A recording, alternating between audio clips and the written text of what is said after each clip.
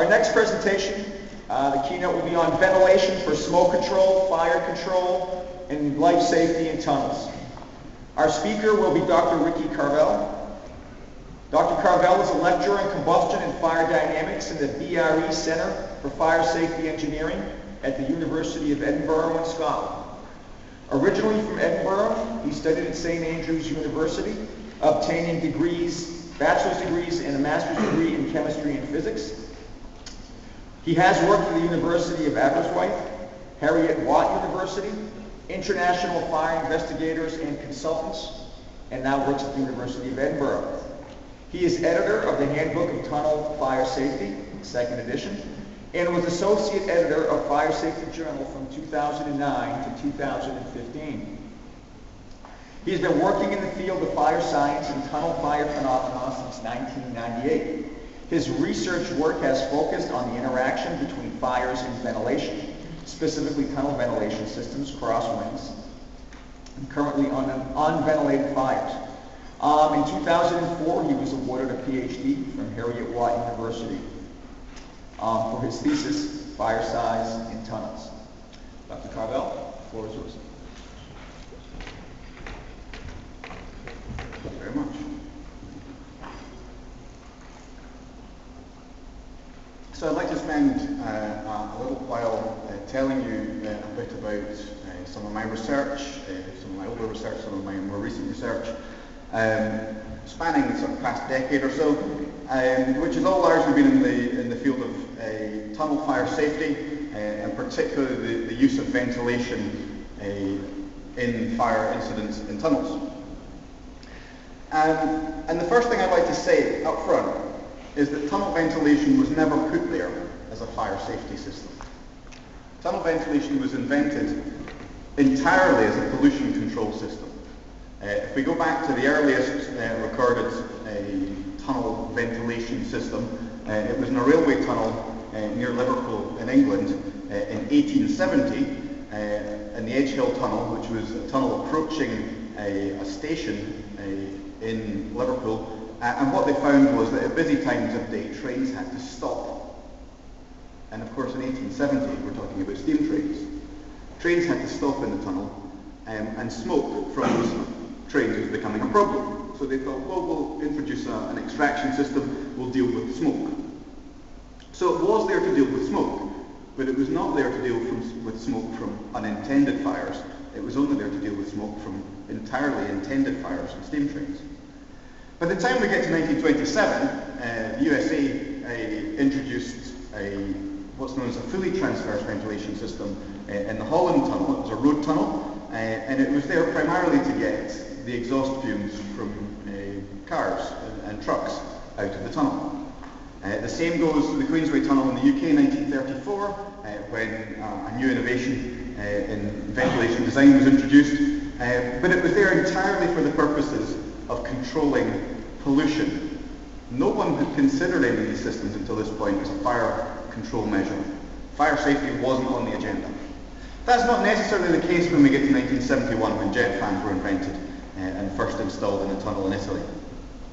There they thought, we can do both. We can control smoke and we can control pollution. But at the start, I'd like to say, we've got a pollution control system. These days we use it as a fire safety system. And what I'd like you to consider over the next 25 minutes or so is it a fire safety system? Because what happens when you blow on a fire?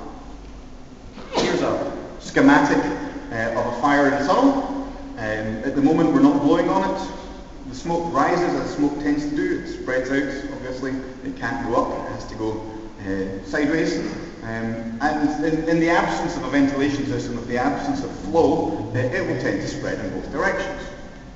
If we blow on the fire, we can control the smoke. We can clear half that tunnel, the left half, of smoke, and we blow all the smoke to the right half. Now that's generally seen as a good thing. But sometimes if we don't blow hard enough, we end up with this situation, where we're blowing, most of the smoke goes to the right, but some of the smoke still extends to the left. And this phenomenon is known as backlayering in the trade. And I'll have to say, over the past 20, 30 years of research in fire safety for tunnels, avoidance of backlayering has been our primary goal. It's the great thing that for decades we've been saying, you know, can your system remove backlayering, as if that's the worst thing that can happen. And the industry has been somewhat fixated in backlayering. I think that fixation has come to an end, but it's still there in the background. Can we get rid of backlayering with the ventilation? So generally, we tend to blow smoke longitudinally along a tunnel. And it generally works for road tunnels. Imagine the scenario here, very schematic terms. We have a tunnel, we have a queue of vehicles in that tunnel. Some of you in this room are possibly even old enough to recognize the vehicles I'm showing. Suppose one of them catches fire. An incident happens in that tunnel. Vehicle goes on fire, fire produces smoke. But all the vehicles that were ahead were not hindered by the incident. They can carry on. So what do we do with our ventilation system? It's really, really obvious. We're going to blow it in the same direction as the traffic, because the traffic ahead of the incident is gone, and the traffic behind the incident is stuck there. And so our strategy here for road tunnels is to protect the queue. For some reason we want to protect it dastardly there. But does it work for rail tunnels? Here is a train. Here is a fire on that train. There's the smoke. Ooh. Which way are we going to blow the ventilation now? Anyone got a nice answer for that one? Which way do you want to blow? Which side of the fire is the queue on that we want to protect? It's not obvious. The vehicles ahead of this fire can't simply drive away. And I have actually talked to rolling stock manufacturers. Can you simply decouple and drive away? And they all say no. It's not possible. So the vehicles ahead can't drive away. So what do we do? If you're faced with a situation like this, what should we do with ventilation? We've got a few options. We can turn the ventilation system up. We can make it blow really hard. We can turn the ventilation system off. Which is right. How would that affect the fire? How does that affect the smoke? How does that affect the people? And so I'd like to give a very snapshot view of some of the research projects that I've been involved in over the past 15 years or so. And I'm just going to show you some results in very simple graphical form and try and explain them as we go along, and hopefully they'll make some sense. It's a danger when you're so familiar with something to present it in a few slides, and hopefully I won't leave the audience confused.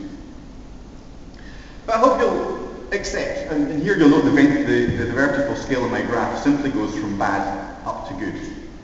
And as we increase ventilation, longitudinal ventilation in a tunnel, in terms of smoke control, when the ventilation's low, things are bad. We've got no control. At some point, we go through a sort of transition. It's not an immediate line that just jumps straight up. There's a transition where we've got a little bit of backlayering, and then we achieve full smoke control, and things are good. And I'll call this transition, or rather the top end of this transition, the critical ventilation velocity, largely because that's what it's been called in the literature over the years. Above critical ventilation velocity, we've got complete control of our smoke. Below, we might have some control. If you go too low below it, we've got no control over the smoke. Now if smoke was the only problem to do with the fire, things would be sorted. We just blow the smoke away. But, as I'm sure most of you know, blowing in a fire doesn't just remove the smoke. It also influences the way the fire burns. So in terms of tunnel safety, in terms of life safety in tunnels, the question is, do we care about that, or do we just care about the smoke?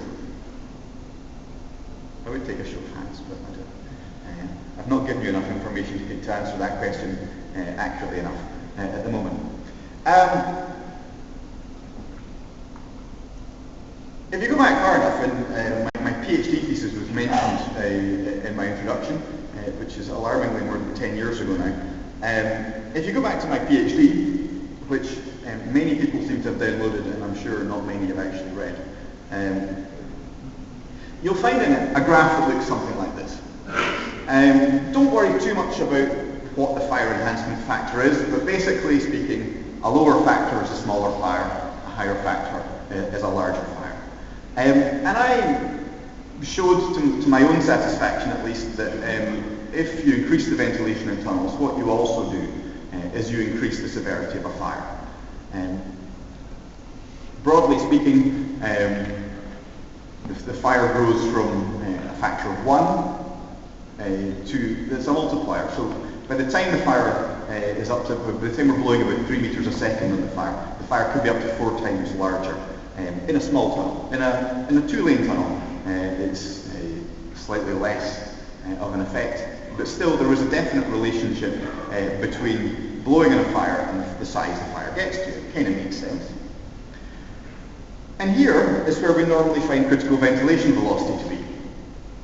It's normally about the 2 to 3 meters a second, or 2.5 to 3 meters a second longitudinal flow.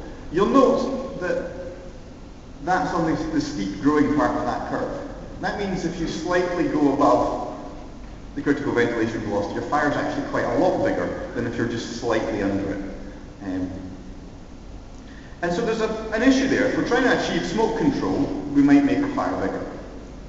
Another thing I noticed much more recently, and this you can find in the Handbook of Tunnel Fire Safety or in a paper I presented at a tunnel conference in 2008. We're so used in SFPE and fire protection engineering thinking about Tsquare fires. Tsquare fires don't seem to exist in tunnels.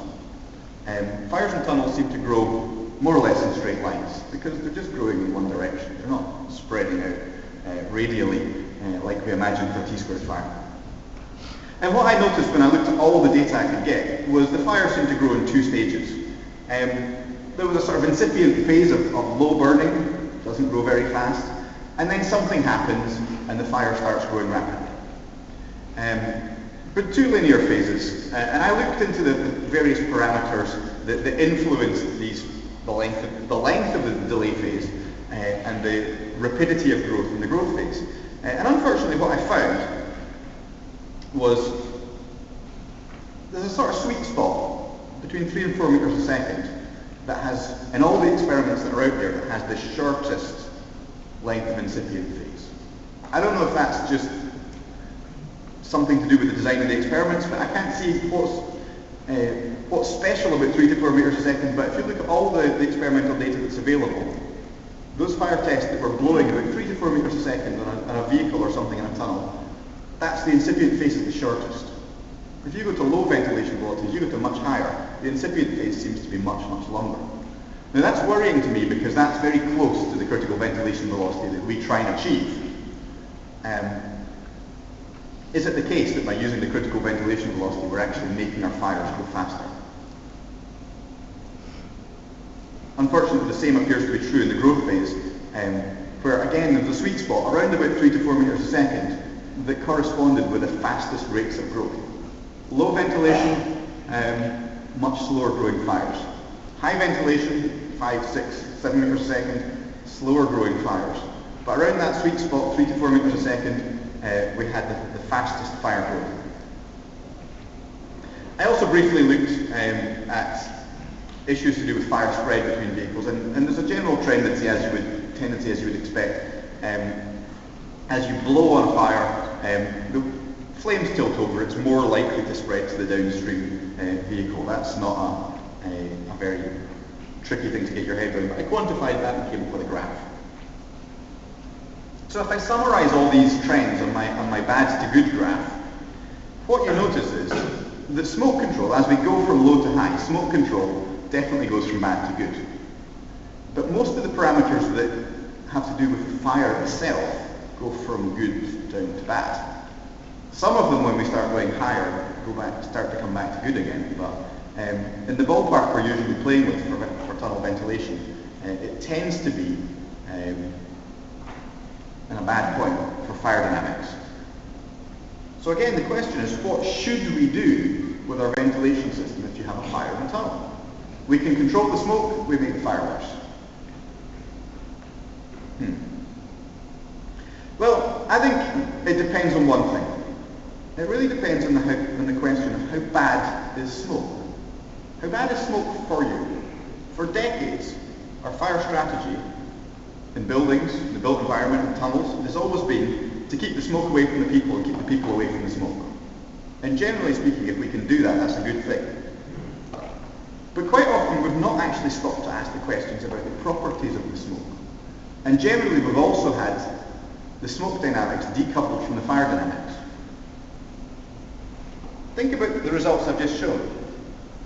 If we blow on a fire, we get a fast-growing, large fire that's well ventilated, and we can blow the smoke away from about half the people on the train scenario that we're thinking about.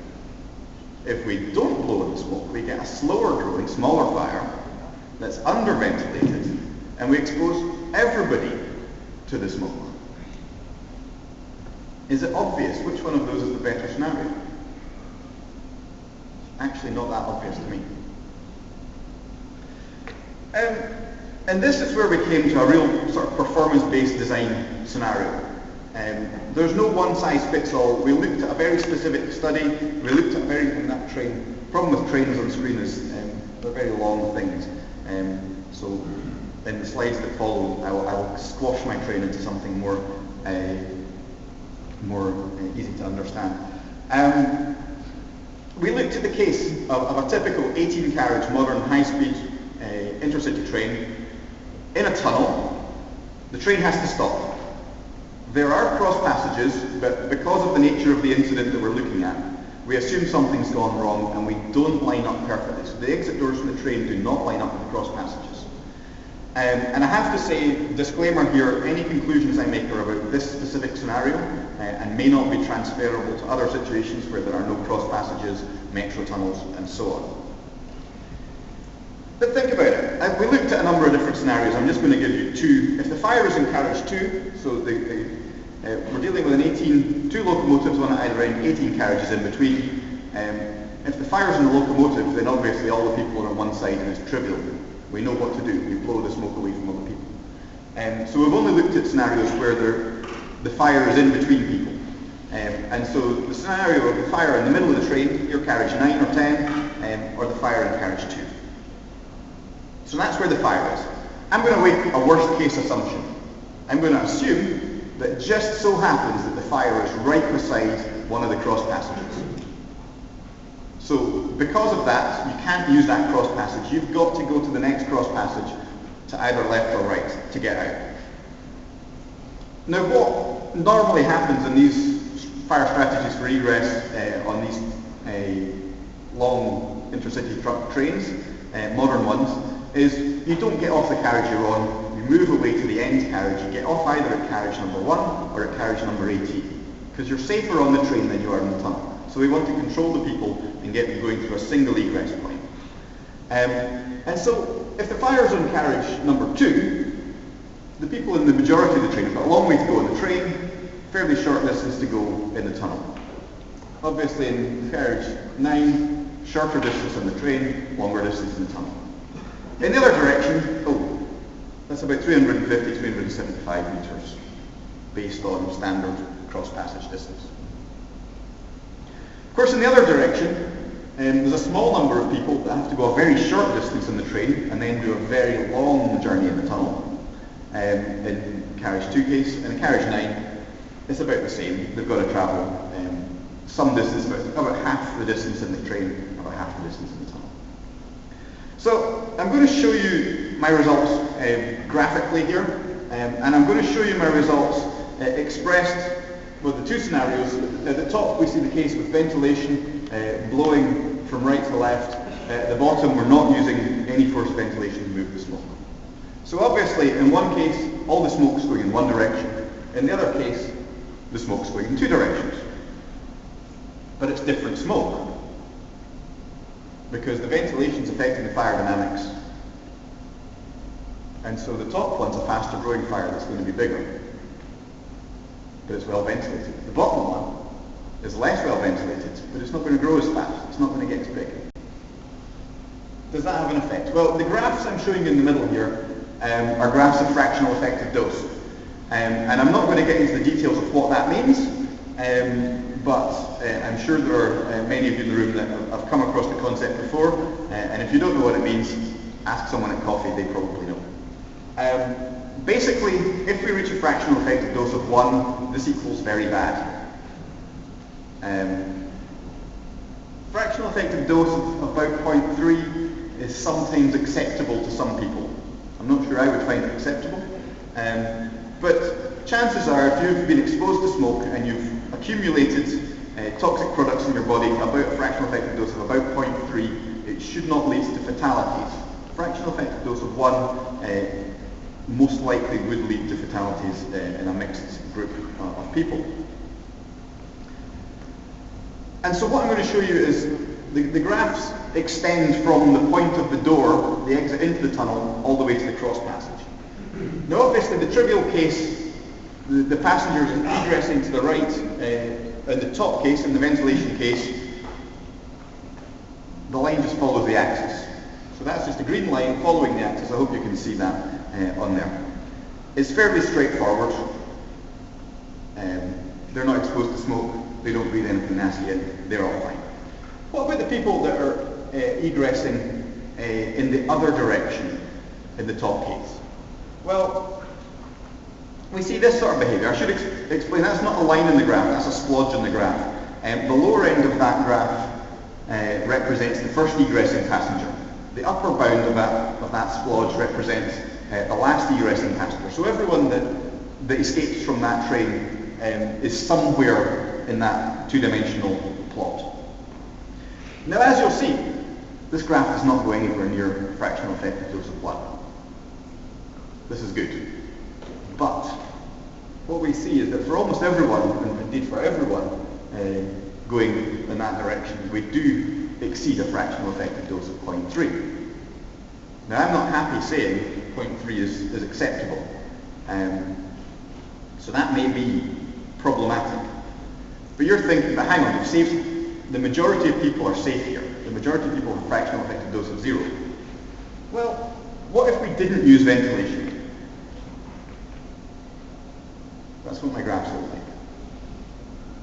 Everyone is exposed to some smoke, but because the fire is smaller, because the fire is not growing so fast, because the smoke is not spreading so fast, we're not actually exposed to as nasty stuff. And everyone breathes smoke, and everyone gets to the egress point before they reach a fractional effective dose of 0.3. And I have to say, the numbers here, I'm not going to bet my life on them. They're not, it's not an exact science, the fractional effective dose thing, but just to say, compare the two scenarios. The green one, escape to the left, is much higher than the pink one. But that was when a fire is in the middle of the train. Some of you are ahead of me, you're thinking, uh-oh, what happens when the fire is closer to the egress point and people have to spend longer in the tunnel? Again, the trivial case, those escaping to the right in the ventilated case, there's a green line. Let's have a look. Those escaping to the right in the no ventilated case, they're okay as well. They've passed through fairly thin smoke and can make it to the egress point. What about those ones going the other way? Well, it's a much larger pink area this time, but still, according to our calculations at least, those escaping to the left in the no ventilation case all make it to the door below a fractional effective dose of 0.3. Sadly, the same is not the case for the 50 or so people that we looked at in the ventilated case. According to our calculations, the graph goes something like that. And as I say, I don't put too much faith in these numbers, but when every single calculation comes in a fractional effective dose of way above 1 before you reach the exit point, you have to worry that if we adopt the ventilation strategy at the top, whether any of those 50 or so people from that single carriage will survive. What does it mean? These conclusions, as I say, are relative to this very specific scenario. If the fire is near the middle of the train, If we use natural ventilation, everyone escapes. Through smoke, but they all escape.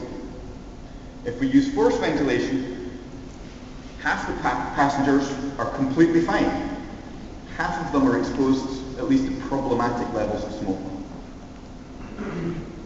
If the fire is near the end of the train, however, still with people on both sides of it, with natural ventilation, same conclusion.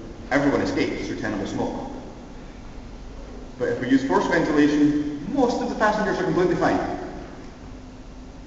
But the small number downstream of the fire are unlikely to survive. Is that the sort of call that you want to make? Do you know where the fire is in your train? If you can narrow it down, absolutely with precision, then maybe you can use an appropriate ventilation strategy.